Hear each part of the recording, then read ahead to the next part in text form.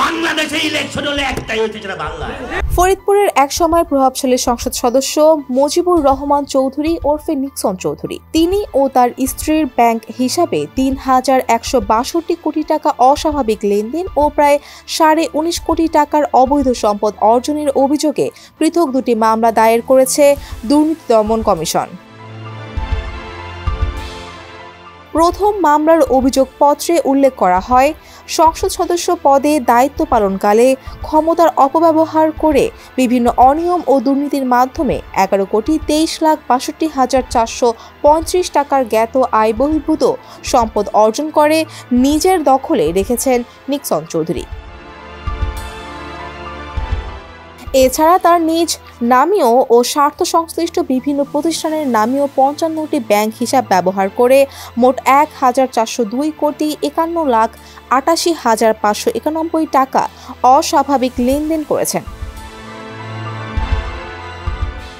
Sunbit সব দিবে সামাল। সানবিট ম্যাজিক প্রেস ডিশওয়াশিং এর মাথা ঘোরানো সলিউশন।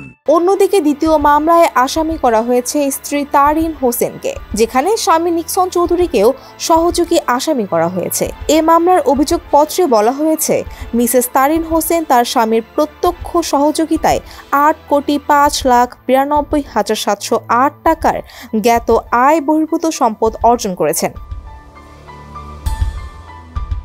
একই সঙ্গে তিনি তার নিজ নামীয় ও স্বার্থ সংশ্লিষ্ট বিভিন্ন প্রতিষ্ঠানের নামীয় ১৭টি ব্যাংক হিসাব ব্যবহার করে মোট ১,৭৬০,৩৪,৫১,৩২০ টাকা অস্বাভাবিক লেনদেন করেছেন।